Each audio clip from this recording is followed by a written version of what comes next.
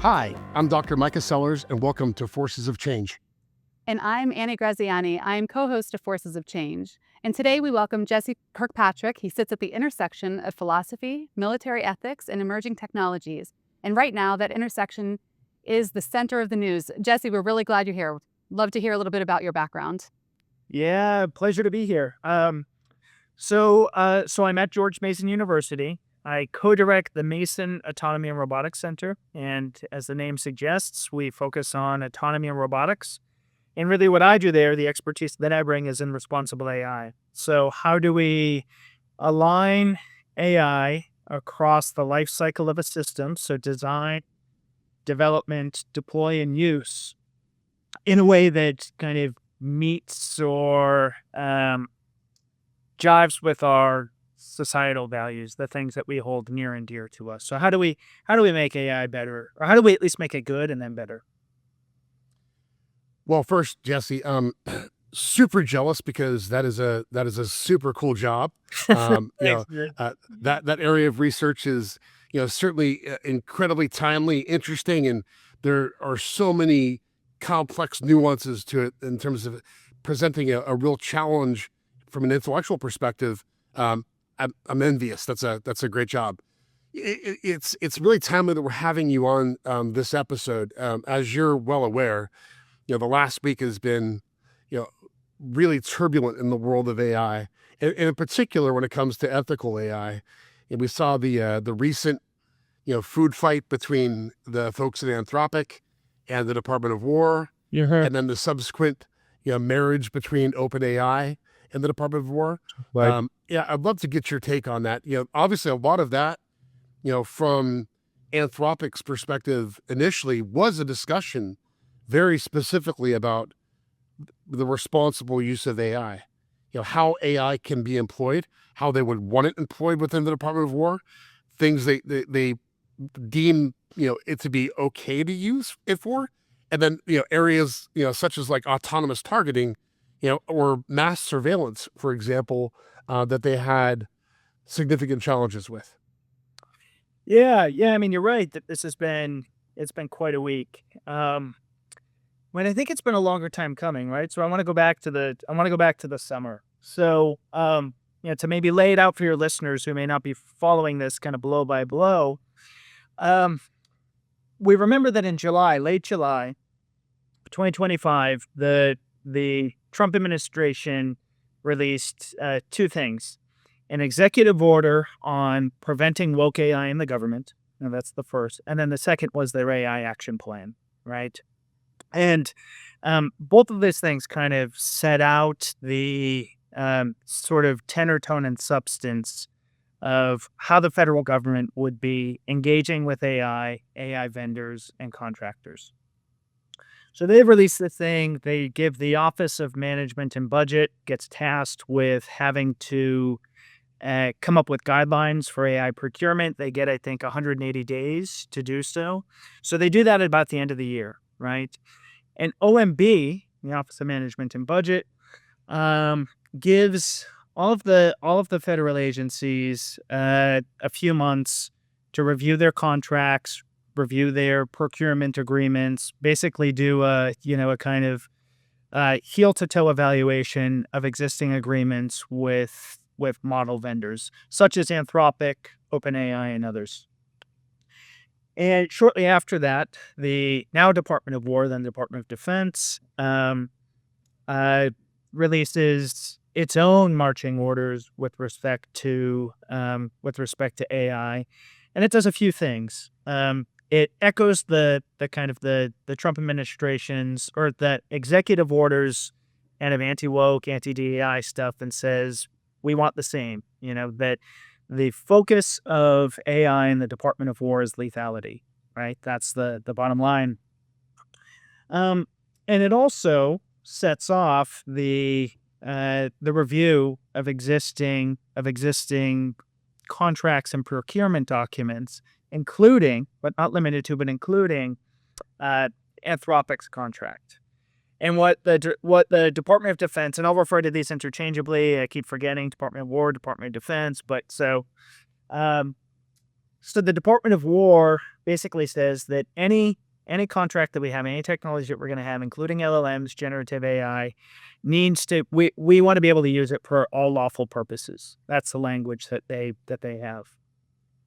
And you're right, Mikah, that Anthropic says, cool, we're all in. We're already running our Claude model on classified systems. The only Gen AI that's running on the Department of Defense's classified network. And they said that's fine, except we have two conditions. The first, as you mentioned, was we don't want this used for autonomous weapon systems. We can talk about what that means. And the other is that we don't want it for mass surveillance, right? And the Department of Defense says, well, hold on here. We are not going to allow vendors, those that are selling us their products, to dictate what the Department of Defense views as policy. And they basically give Anthropic an ultimatum. They say, here's a deadline. You need to either agree to all lawful purposes, this is the language that they're using, or we're going to do one of two things, or maybe both, although they're kind of not really compatible. The first is that we will label you a supply chain risk, meaning that neither you nor any contractors that hold contracts with the government will be able. So we will sever all ties with Anthropic, and we won't let our contractors like Lockheed, Boeing, and even others, use this. The other is, or we're going to say that we're going to enact the Defense Production Act, and we're going to say that you are critical for our use, and we are going to use you whether you want us to or not. And they chose the first. And so they have, just as you mentioned, I think this week or last, categorized Anthropic as a supply chain risk. Anthropic immediately filed suit and is pushing for an injunction, basically halting it until legal review. And they're arguing on two grounds. The first is First Amendment, and the other, and I think that's the more important one, at least for them in their case, they say that that the process that they were not given due process under the law, right? Which is a constitutional requirement. And so that's where we stand, and I have my views on, sort of the whole thing. And there are lots of moving parts, and there's lots of kind of palace intrigue. But that's sort of the background where we are right now. Yeah, there's a lot to unpack there. First, it would take us a whole episode to unpack, what exactly woke AI means. Right? Oh yeah. There's just so many, challenges with just that statement alone. If it's, you're looking at models like Anthropic or OpenAI, because, they're not allowed to infer judgment. They don't make moral or ethical judgments. They're basically just reporting the facts. I'm curious, well, how much of, what we saw, kind of unpacking over the summer and with what recently happened, was driven by, external forces. I'm sure you're familiar with like the Special Competitive Studies Project. Yeah. Out of Arlington, right? They're a policy think tank specifically focused on AI. Yeah. A very unique group of academics, politicians, and people from the corporate sphere who are pushing a very specific agenda for America's dominance in the AI field, in particular in defense, intelligence, and special other special areas of commerce. Did you see a lot of that being shaped by folks outside of the actual DoD or Department of War, from organizations like SCSP? Yeah, I mean, not. I don't have any sort of inside track on what SCSP was pushing for. They've been very clear about about the need for AI dominance, supply chain risks, and really framing it as a competition with China and other near-peer competitors, but really China, right? One thing is that I think that, this goes even further back, right, is that the Special Competitive Studies Project, right, was sort of founded by Eric Schmidt and, Google.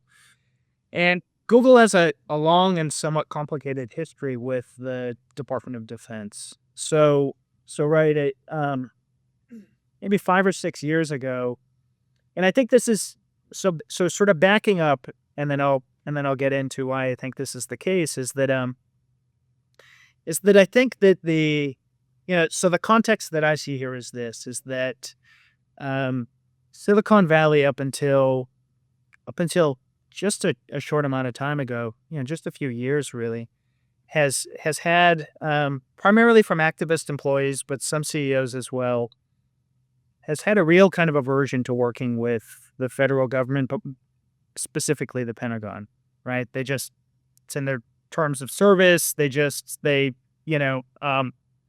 Liberal leanings, whatever one wants, whatever the reason being. But, and this, a few years ago manifests in Google pulling out of this really big project called Project Maven, right? So Project Maven was basically like image classification, computer vision. It was a project that was going to be used on the battlefield, and the Googlers, I think a minority, but a vocal minority of employees really raised hell about this, and to a sufficient extent that it got a lot of coverage, it got a lot of press. Other companies' employees in Silicon Valley kind of rallied around them. And anyways, they were directly opposed to this Project Maven, but more in principle to also just being opposed to working with the Department of Defense. Right? They had the reasons, whatever the merits are, that's the sort of fact. And knowing the folks that I know in the Pentagon felt really burnt by that, right? That they had a bunch of employees. They had what they thought was a good contract, ready to go. And I think they felt burnt not only by Project Maven, but around the hostility that was coming out of Silicon Valley towards working with the military. And that, I think, is the backdrop. I think that is like the bitter taste that is in the mouth of the folks working at the Pentagon now is they're still tasting that. And although the tune has changed a little bit with a lot of companies now and the SCSP really pushing for, to build up the kind of tech talent that we see in the private sector, but working with the government, I think they still feel really burnt as a result. Yeah, I mean, I could see kind of both sides of the coin, though, right? I mean, look, whether their aversion to working with DoD or the intel community, I mean that's a little odd. I could see specific programs that you might not want to be in, but writ large seems a little odd. But then again, past this prologue, right? We can remember, just after 9/11, after the Patriot Act, a lot of things came to light, right? Programs like Raptor, programs like Carnivore, they were mass surveillance programs, right? And they were using a lot of frontier technology at the time. And now in the age of AI, right? I can see where like in particular Maven, it's like, well, you're going to apply this on the battlefield. Well, it's a real slippery slope, right? Like if you apply it on the battlefield, does that then leak into other aspects of the Department of War, or does that leak into aspects of the IC? And then does that begin to get used domestically, right? By whether it's the NSA or other no name IC agencies that that the public might not be aware of. I think it is a slippery slope. I could see why they might have a problem with it, but at the same time, it's like you're damned if you do, you're damned if you don't, right?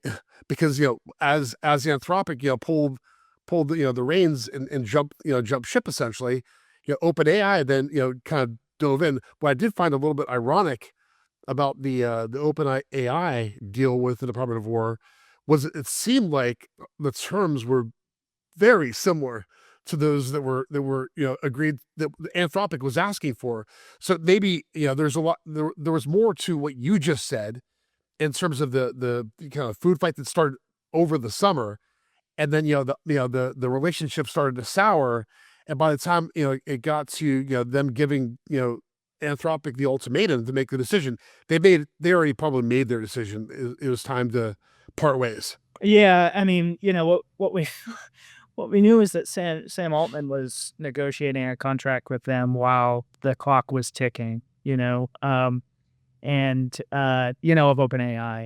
And so it was probably a fait accompli at the end of the day. I think you're right. Is that look, the press is reporting that there is that the relationship between Anthropic and the top folks at the Pentagon is like icy at best, right? And I think OpenAI was able to do kind of a handshake deal as a way to, that often these things come down to like sort of people, and and you're right, is that I think that the writing was probably on the wall. There are a few things I would say about, about the contract, about the mass surveillance stuff, which I think we're going to get to. So I'll stick to the contract stuff first, which is, I think, really interesting. So yeah, so Anthropic wanted those two red lines, right? They wanted it in contractual language. They wanted it written into the contract, the terms of service, that the DoD would not use Claude for these two purposes, right? Domestic surveillance and lethal autonomous weapon systems. And they said no. And in the rush for OpenAI and the eagerness to seal a deal, they took a different approach. They didn't initially. They did after, but initially they didn't put it in the contract. Instead, what they did is that they insisted that they have control over their safety stack, and their safety stack would essentially gate the model and not allow the Department of Defense the capabilities through the model. So it was a technical fix, basically. They wouldn't allow them, here it is, and you're not going to be able to use it for mass surveillance or lethal autonomous weapon systems. And people, I think, rightly pointed out, hey, your safety stack, like, you can flick a switch and you can provide those capabilities should the Department of Defense pressure you to do so, should you continue to burn cash and be in maybe some sort of death spiral. Should you really need that contract, they can apply pressure. And the reason that Anthropic wanted it wanted these terms in a contract, because they just don't trust the Department of Defense. I mean, to be perfectly frank. So Altman goes back and he writes on his like Substack or something, we've updated the terms. and you're right. What he did get is he did get contractual language that lays out that the Department of Defense, so both the technical guardrails and the contractual language, and added one additional red line, which was no use of OpenAI's model for social credit scores, like the Chinese do. So like he got all three and got the contract at the end of the day. And what I find somewhat troubling about this is that I really think that it really feels to me like the DoD situation and the situation with Anthropic is about so much more than just this one company, right? I mean, it's about so much more than this kind of food fight between two guys, right? Two alpha males, the CEO of Anthropic and Hegseth. It's really about, like, is government going to put their finger on the scale and pick winners or losers in a market environment? And what it seems like to me is that for whatever reason, they really wanted OpenAI to get this contract. They made it happen. And really, that's not how, sort of, in my view, tech development and acquisition should be working. It should be the best model at the best price in a competitive environment so that our government and our military, get the most bang for their buck and the most cutting edge thing. Now, I get it. I get why I'm on board, actually. Like, this is an unpopular view. I actually agree that vendors such as Anthropic shouldn't be dictating terms of service or creating policy. I think red lines like that shouldn't be on the contract. But I think they should have had. I mean, it was a failure of negotiation. They could have came to an agreement. They shouldn't have come out in public. They should have done it behind closed doors. It's a real failure, and I think they should keep talking. I mean, that's at the end of the day. I'm curious about, Jesse, about the reliability of these contracts. If we're not honoring mean, there's a lot of social contracts that are being very, compromised right now, right? So what I'm thinking about is if does this uphold? Does this contract where we made these agreements and this is now, the government has its hands on this technology or has had its hands on these technologies? How safe are we with regard to domestic surveillance and, all of it, really? Yeah, that's a great question. I'd like to think, right? And I think that I would like to think that the Department of Defense would uphold its fiduciary obligations and contractual obligations. I think a lot of people, and I'm not saying that this, I know, no way am I saying that this is your view, Annie, but I think a lot of people think that the current folks in the Trump administration are both villains and they're stupid. My view is that these are smart people. I mean, these are, but for the most part, these are smart people. Not everyone, and that's always the case in government. But these are smart people, and I think that they know if they violate these contracts, right, and just tear them up and go forward and do what they want. I think they'll be held to pay with the developers in Silicon Valley. That doesn't mean, though, and I think you're right, Annie, is that it doesn't mean that they can't put a huge amount of pressure on company that is like OpenAI, that is really kind of fighting for its survival right now with a cap burn rate that is just astounding on going and raising money everywhere they can. That's a lot of leverage, right? Yeah. Well, that's my broader concern, right? Is not that the Trump administration would just basically, glean past the contract and begin to use it for whatever purposes they want. My concern, right, is that, obviously we know OpenAI has massive debt, right? They're not generating enough revenue to cover their costs. Yeah. They're constantly raising money. They're constantly trying to find, new strategic deals, to bring cash in the door. They just lost, an $8 billion a quarter contract with Microsoft, right? And there's some interesting parallels we could probably draw from that, right, with what DoD may or may not do, right? When OpenAI and Microsoft, got together and formed their alliance, right, it was to basically power Copilot, right? The technology behind Copilot. That's right. And Microsoft was providing the infrastructure, right? Azure, the cloud, all the tooling that's necessary to make it happen. But essentially every single Copilot engagement that a consumer had, OpenAI was getting paid. And eventually Microsoft was like, well, this isn't, we can't do this forever, right? Our margins are getting eaten alive. So in the background, right, without telling Sam Altman or the folks at OpenAI, they started developing their own system, right? As an observation of working with OpenAI, having access to the technology. I'm not saying that they stole any source code or anything like that, but certainly, they learned how the game was played, and then they built their own tech, and they just divorced, the folks at OpenAI. I think there's some interesting parallels with what might happen at DoD. DoD at some point might develop their own, proprietary AI that they don't have to license from anybody. And the other thing that I think may be interesting is to see how the relationship with OpenAI and the Department of War plays out as a result of the loss of, essentially $33 billion a year in revenue from Microsoft. They're going to make that up somewhere, right? And certainly I think, whether it was Altman posting to his Substack or his blog or whatever, it's a kind of essentially assuage a public opinion, on, their marriage with DoD. What happens in the background after that, right? Is really up to Altman. They could renegotiate at any time and not necessarily have to disclose that to the public. They could renegotiate the contract, say, hey, you can use our technology for whatever you want. The meter's on. We're just gonna cash the checks.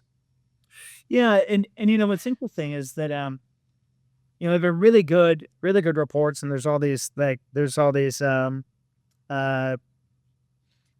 social network web analysis but right. I think that one of the things that you point to is like how how much these companies are kind of investing in each other, right? It's like this sort of like circle of kind of fungible cash that is being moved around through this weird ecosystem, this spider web. And one thing is, and this is really interesting, interesting to me at least, is that Anthropic just made a deal with Microsoft because so it's reported that Microsoft has also filed they basically have Anthropic's back in their beef with the DoD, and they are pushing for a temporary restraining order, and they filed suit in San Francisco. And I was like, why'd they do that? That's interesting. Okay, like this is, and so it was like it was reported maybe in the same article or elsewhere, and I did some digging, is that they now have a deal with Microsoft and that they're going to be providing basically Claude co-work tools, which is kind of like, point and click, low code, no code sort of, kind of an agent or multi-agents that can, do stuff on your desktop, right? That's Claude's like biggest, most recent breakthrough. They're going to be providing that to Copilot now, right? So Copilot will have Claude co-work. So yeah, I mean, I'd love to get all these guys together at a dinner party and just kind of watch it unfold. I'd love to get your perspective, right, on where you think things are going over the next. We're almost at the end of quarter one. We've seen so much happen in Q1. It's just like it's kind of staggering, right? How many things have happened in Q1? Where do you think things are going, for Q2, Q3, Q4? Oh man, my head is still in Q1. Yeah, if you had to throw some money down, right, on one of these online betting platforms for what you think is going to happen in the next 3 quarters, anything jump out at you like, hey, like I can see this happening. Maybe this marriage between 2 companies, or this company becomes a big loser in the marketplace. I mean, obviously, everybody has been, kind of a little hawkish recently on NVIDIA, right? Which has been the darling for forever, right? But now people are like, can it maintain its momentum, right? Can we maintain, the momentum of, building so many data centers?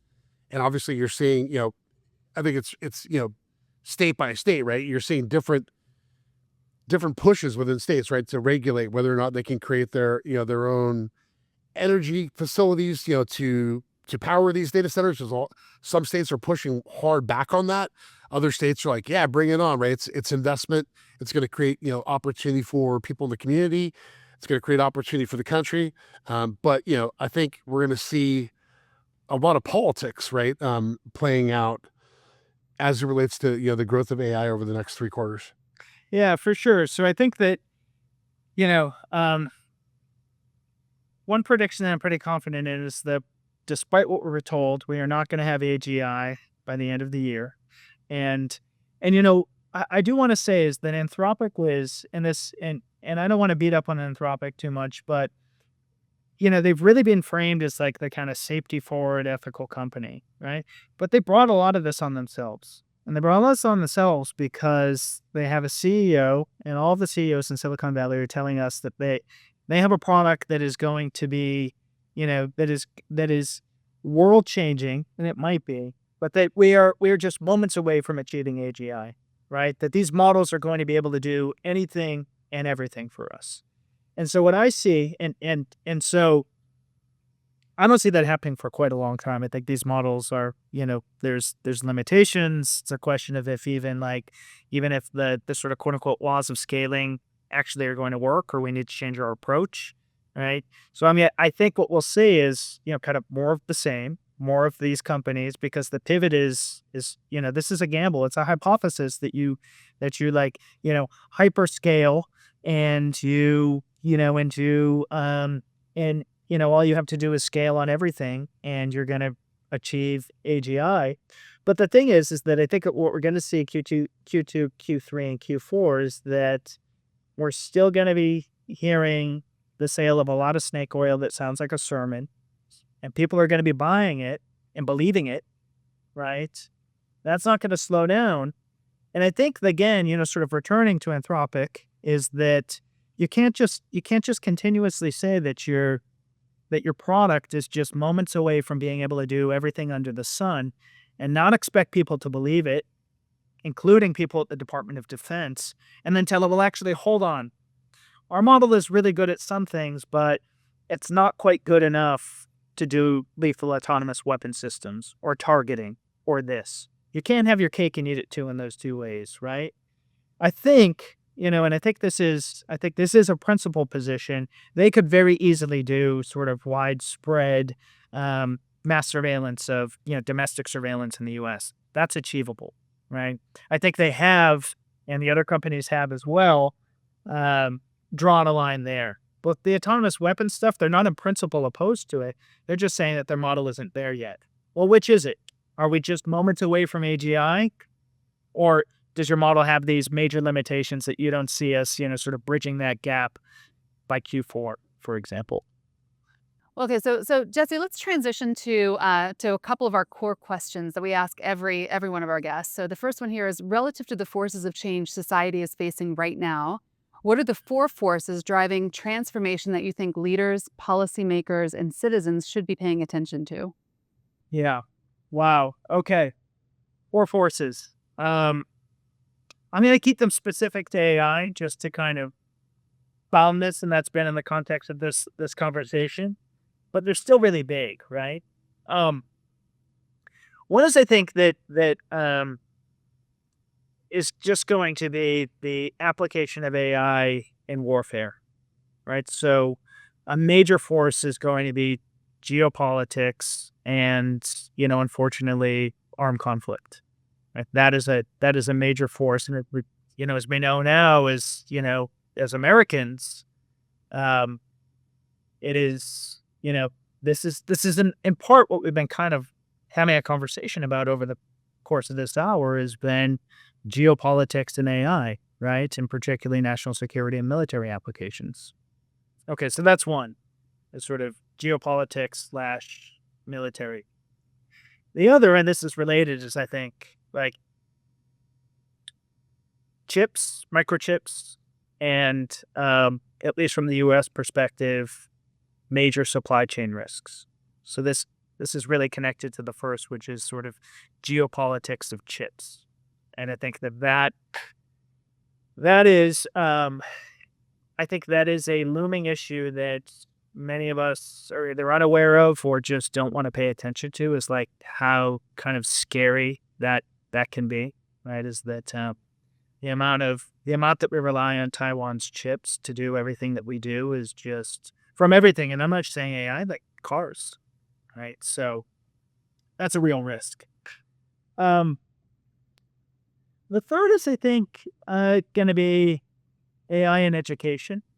As an educator, thinking about it, how it's going to really be a major force of change with respect to how people teach, but more importantly, how they learn and who learns, right? I'm already seeing it in the classroom. And then the fourth, which is kind of continuous with the education piece, is going to be, what does artificial intelligence, what does it mean for the future of work and employment? And here, I mean, not the disappearance of white-collar jobs necessarily, or, enterprises cutting half their staff. I think more, how is the nature of work going to change? What are the types of upskilling and reskilling that are going to be required? What does the job look like? What does a job look like five years from now across all sectors? So I'd say those are the four. So, kind of geopolitics and armed conflict, chips and supply chain, education, and the future of work are really the four. I mean, and when you talk about AI, it always it's almost a lens in which to view like the largest things that matter in society. It's like, oh, democracy and voting and work and meaningful existence. Right? AI is just one way to like really, technology is a way to kind of amplify that. You zoom out and, it's the stuff that kind of matters to us at the end of the day, whether we use AI or not, matters to us as people. So I would say those are the four. And I would say that Annie and I are in complete agreement with you on all four. Oh, okay. I think we've been having these discussions for the better part of the last couple 3 months, and look, I agree with you. The applications for AI in autonomous warfare are plentiful, and the reality is that's where it's going to go. And Yeah. not there. That it's already going downhill, right? You can't stop it, right? Momentum. That's going to happen. I think the chips part is really interesting, but I would add one to that, right? It's not just the chips. Certainly, we have an over reliance on Taiwanese products, but I think the other challenge we're going to see is in rare earth materials that go into those products, right? Yeah. There's a race for that as well, and the future of war might be resource based, in terms of who has it, who doesn't. To your point. Our society breaks down if we don't have access to rare earth materials and we don't have access to chips. The technologies we enjoy require them in an abundance. So you're absolutely right on that. I agree with you on AI's applications in higher ed and in the workforce. I kind of spent a lot of my time going back and forth, right, between the dystopian aspects of what might happen with the future of work and what could happen, the true possibilities, the art of the possible, the altruistic view of what AI can mean for the future of work. And I think it's going to land somewhere in the middle. I spent, 12 years on faculty at Georgetown, left really to finish my doctorate right before kind of the full commercial emergence of platforms like OpenAI and Anthropic. So I didn't see it from a faculty perspective, but certainly as I was going through my doctoral program, that was the discussion, right? Like what is the ethical use of AI in the classroom, and what are the bounding boxes on how you apply that? I'm sure, Annie, you had similar experiences. Absolutely. As you're just finishing your dissertation now. Yeah, and ironically, my dissertation is on the topic of future of work and the implications, including some of the implications of really kind of recentering around the human in the workforce, and also the implications of what agentic AI, how that will shift everything, and really kind of what does the future of work really look like 100 years after the Industrial Revolution, and structures that don't really serve who we are as a society anymore, largely because of the uptake of technology. So and particularly post-pandemic.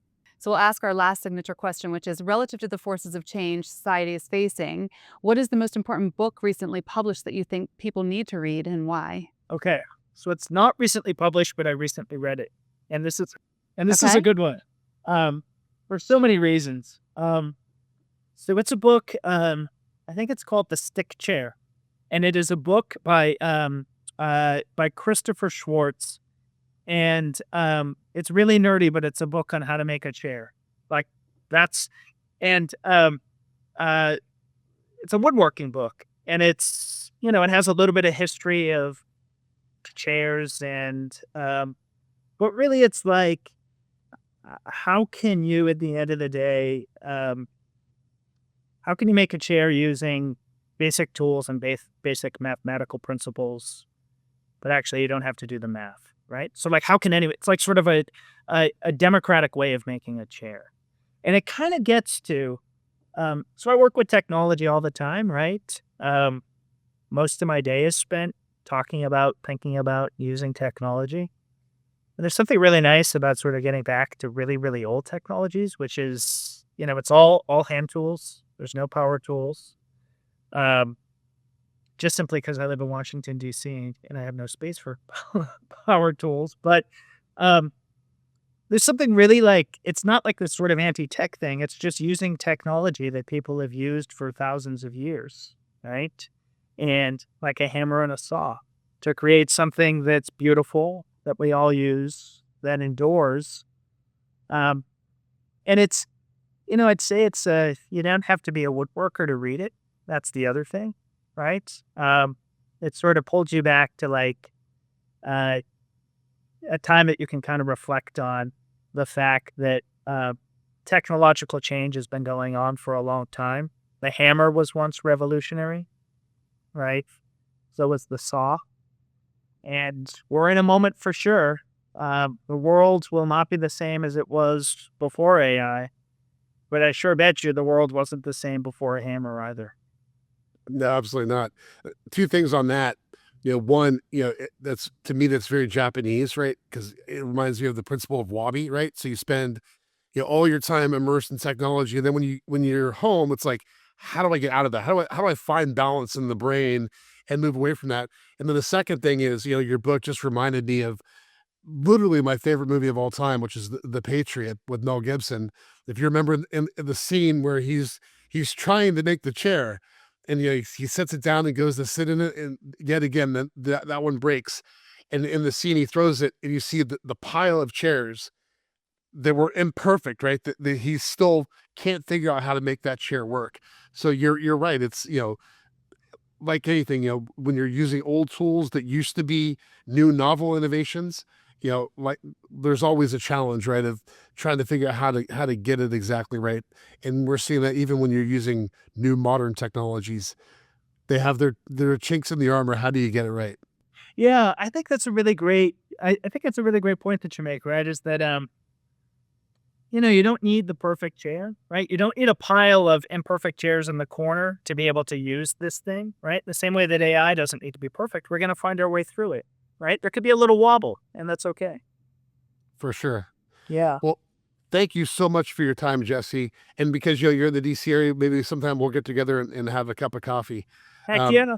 That'll be lots of fun. I really appreciate you taking the time to invest in this conversation.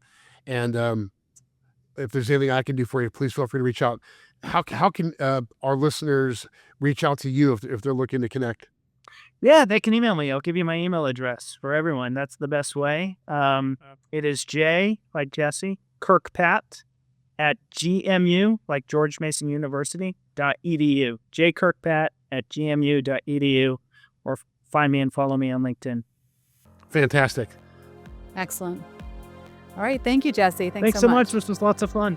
Thank you for listening to Forces of Change. If you found this conversation valuable, follow us at forcesofchange.fm and subscribe wherever you listen to podcasts.